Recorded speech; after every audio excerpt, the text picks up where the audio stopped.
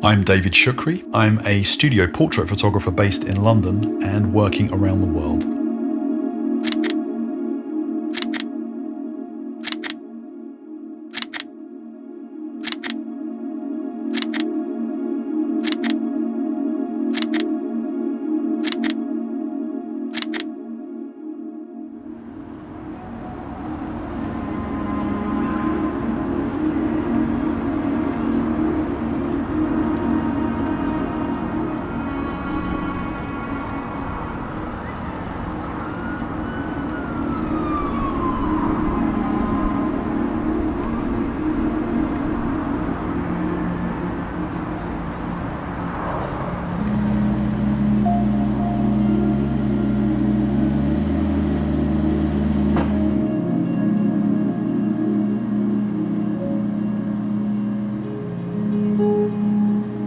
Consistency in a photographer's portfolio is critical, especially if you earn your living from it. It's a blessing and a curse.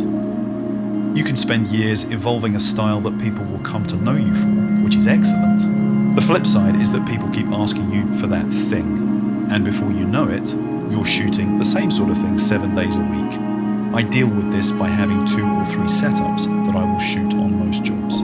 The things I've been specifically asked to do, and then offering something a little different so there's no danger of being a one-trick pony. That could be colour schemes I don't shoot frequently or a contrasting lighting setup.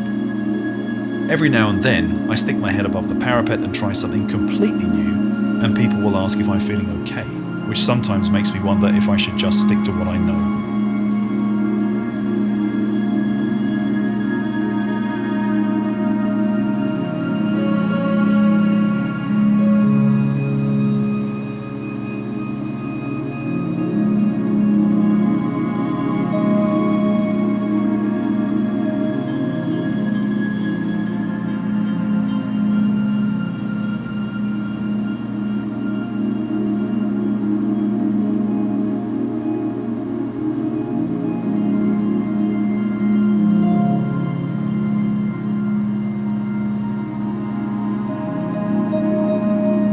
My work is a combination of shooting editorial for newspapers and magazines. My private clients tend to come from the performing arts, media and TV industries, and I also run workshops once or twice a month dealing with aspects of lighting, set design and colour.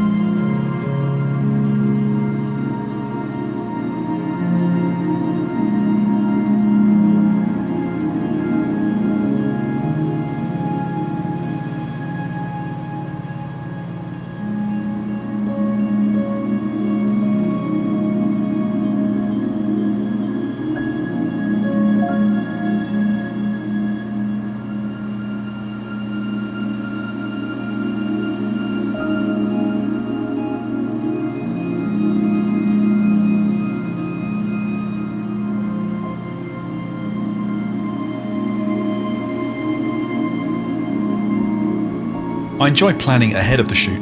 It's fun to think about the creative possibilities, of course, but I use this time to make sure that I'm completely familiar with the wardrobe and colour choices. Matching it all up with interesting set designs means that the images have a cohesive look and everything seems put together. I generally do a styling consultation for any shoot without a dedicated stylist on board, and this means I can help people to choose colours and wardrobe that will be the most flattering for them. I'm lucky that most people I photograph are used to being in front of the camera, so they have a decent idea about this.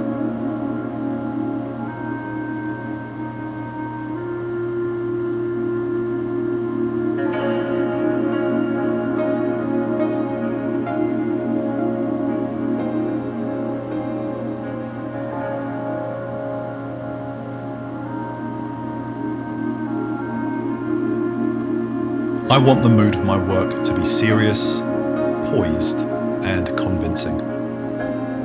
My photographic style draws its influences from historic painted portraiture and cinema. Of course, I also have a list of photographic influences I aspire to get near regarding quality and expressiveness.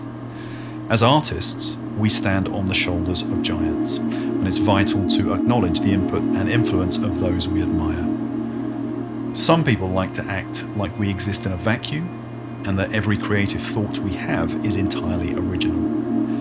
The truth is that humans have existed for tens of thousands of years, and in that time, a lot of creative thought and development have occurred. It's flattering to imagine I'd stumbled across a breakthrough, only to realize that someone else worked it all out 3 centuries previously. I take work seriously and take comfort in acknowledging that what I do is part of a continuum.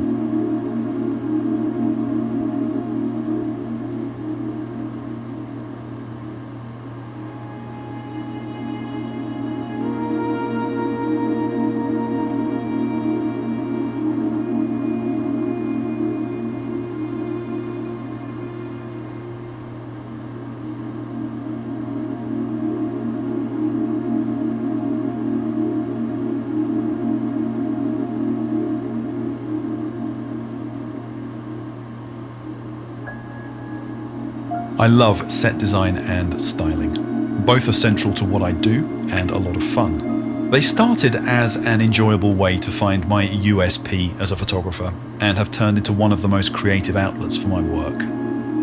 This area includes incorporating color decisions, which are a big part of the pre-production process. I especially love the ability to do something unique, or at least not the same thing as my peers. And I can get some of the way there with my furniture and background choices. Virtually everything in the sets is purchased secondhand, and it's a combination of the smooth lines of mid-century modern, coupled with the warm charm of a vintage find. Most of it is from thrift stores or Facebook Marketplace, both of which are tied to my geographic location, and it's that which has such an impact on the originality of my work. I've been layering textured canvas backdrops, creating subtle shifts in tone and depth, and I think that's one of the things that people know me best for. There are almost limitless possibilities with this, and I never worry too much about the canvases getting creased or dirty, both of which add some character. I combine the block tones of fabric with heavily patterned rugs, which I think works, and the whole approach is to create a small world that exists only within the confines of my imagery. It's not a perfect system, but it works for me, and I always feel like I'm making progress.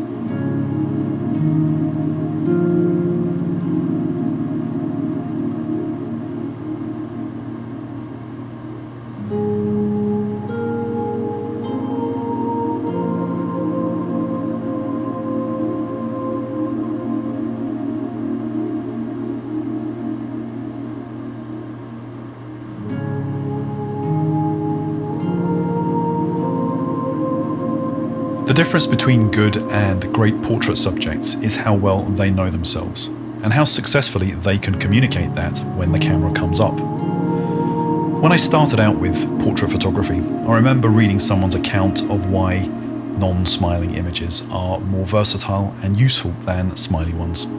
It's so simple that it's almost too obvious. When a portrait subject smiles, they can communicate only a few emotions. Take that smile away, and that person can communicate so much more. If my portrait subject knows who they are, warts and all, and if they're prepared to share that, that's where the magic lies. It's that genuine connection to oneself, that willingness to be seen authentically, that allows a portrait to truly speak to us.